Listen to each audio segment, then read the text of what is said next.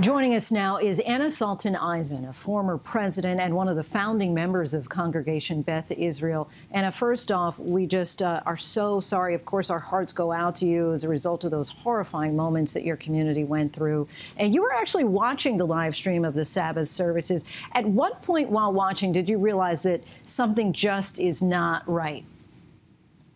Well, even before I started watching, I got a text message from a congregant and a friend who said the rabbi is being held hostage at CBI, our congregation. And I called her. I just couldn't comprehend it. And she was quite hysterical and said, get on Facebook. And so when I clicked on live, I already had an idea there was something terrible going on. And when it started, there was no people visible. The laptop was pointing toward the pulpit.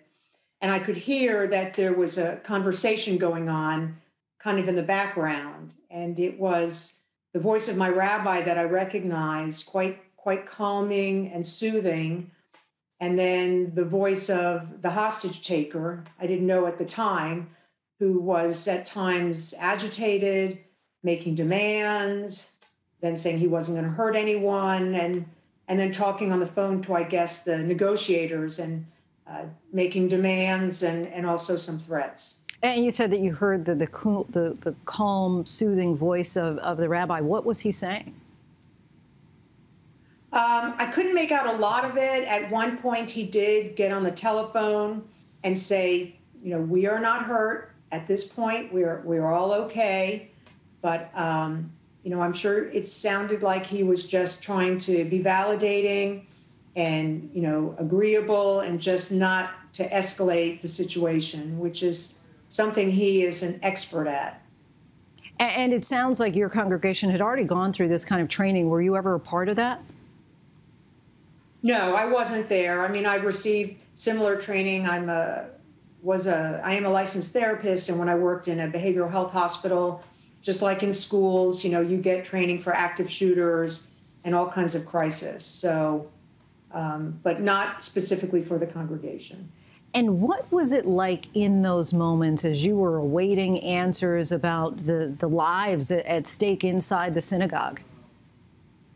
Well, the first few hours I was on the live stream, and it was just, terrifying and shocking. Part of me wanted to just walk away and turn it off because every moment you were just listening for the sounds of either, rescue or something horrifying. But I stayed glued for about 2 hours until they cut off the feed. And throughout, I was just messaging, texting, and talking with friends. At one point, there were about 8,000 people watching this happen live on the Facebook page. Wow. And while, of course, we're still awaiting the details regarding a motive here, there is a real palpable fear for many who worship in synagogues. How do you see your community recovering and moving forward from this? Well, first, let me say, recovery, was different for us because we had a good outcome. No one of the hostages were hurt. Everyone survived. And so we're actually planning a healing service tonight. We are not having to plan any funerals. So recovery for us is one of gratitude. And I think I was astounded at how powerful and intense and immediate the level of support was in our community, from strangers, from friends. And we really were very, very lucky that we had the outcome. But I feel like the outpouring of support really changed how I feel. I think I feel safer now. People have asked me, are you more afraid? No, because I've seen from the local community and law enforcement up to the governor, elite forces that came in from Quantico, in a crisis, people are going to be there for us. All right, that is refreshing to hear your sentiments there. Anna, we thank you so much for your time and sharing your experience with us. Thank you. Hi, everyone. George Stephanopoulos here. Thanks for checking out the ABC News YouTube channel. If you'd like to get more videos, show highlights, and watch live event coverage, click on the right over here to subscribe to our channel. And don't forget to download the ABC News app for breaking news alerts. Thanks for watching.